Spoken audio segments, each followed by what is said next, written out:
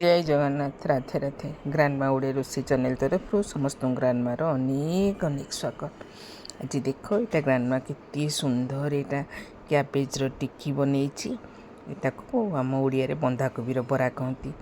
तेज देख से केमती प्रिपारेसन कर फाड़े बंधाकोबी को चुन चुन की काटी आ 7-8 आलू को सिझे रखी। प्रथम आलू को आम चोपा छड़ेदेवा। चोपा छड़े आलू को भल कि ताकू चकटी दबा।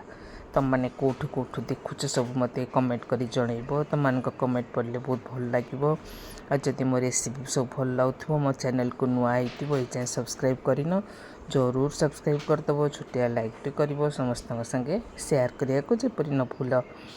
देख आलू सब चोपा छड़ेदेली आते टे लुण टे मिर्ची पाउडर आउ हलदी धनिया पाउडर जीरा पाउडर आउे सबू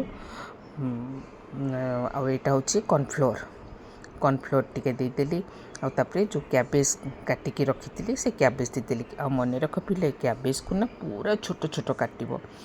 पियाज भल कि बेसिक पियाज पकेब आ धनिया पत्र चुन चुन की काटिकी धनिया पत्र पकईदेली। सबको भल कि पूरा मिसेक चकटी दबा। बढ़िया जिते बढ़िया चकटी पार बाइंडिंग हवा लगे कॉर्नफ्लोर दब। बेसन फेसन देले भी बिल्कुल भल लगे। तापर ताकू गोटे पैन ने तेल इे गरम करी ताधे छोट छोट छोट छोट बरा भाया करके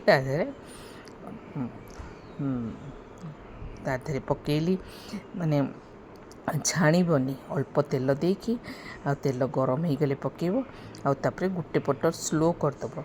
आटे समय रहा लेउटे लेउटे कि आर पट कर लेउटे लेउटे कर जमती सेटा पूरा लाल लाल होकर मुसमुस हम।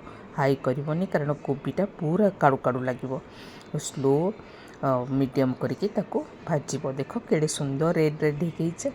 एटा को तुम खाली भी खाई परिबो आउ भात डाली संगे खाई परिबो। बहुत टेस्टी।